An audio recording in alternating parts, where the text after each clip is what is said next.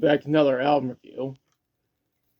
For today's review, I'll be talking about Category 7, which is a metal supergroup from Los Angeles who starred in 2023. The band consists of lead singer John Bush, guitarists Phil Demmel and Mike Orlando, bassist Jack Gibson, and drummer Jason Bittner.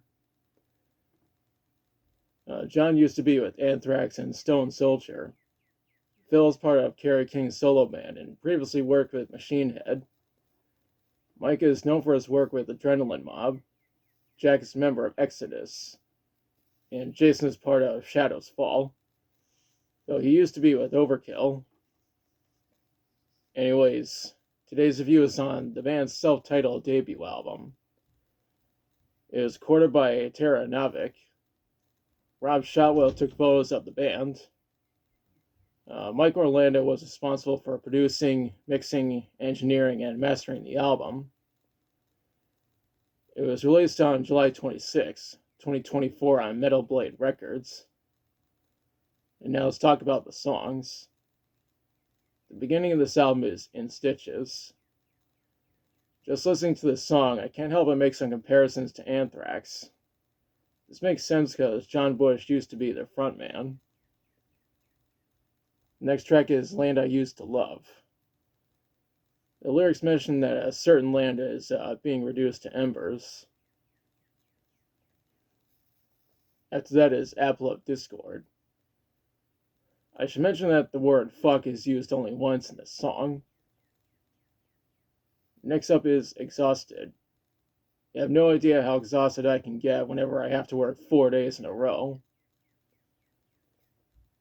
Up next is Runaway Truck. The lyrics mention that the runaway truck in question doesn't give a fuck. That's followed by White Flags and Bayonets. The Judas Cradle is mentioned within the lyrics. If you don't know what the Judas Cradle is, it's a medieval torture device that's shaped like a pyramid. It's pretty similar to the Spanish donkey. It's just that whoever is sentenced to the Judas Cradle suffers a much slower and painful death. We followed up with Mousetrap. We actually have several mouse traps in our house. Dozens of wild mice end up dying over the course of several months back in 2022. Right after that is Waver at the Breaking Point. Sometimes I question how much abuse I can endure from abusive customers before reaching my breaking point. The second to last track is Through Pink Eyes. The title is mentioned twice in the lyrics. The ending of this album is Eder Stormen. I think the title is supposed to be a reference to Enter Sandman by Metallica. Granted, this song is fully instrumental. I couldn't find any information on how this album performed commercially. However, I did see that it was mostly met with positive reception.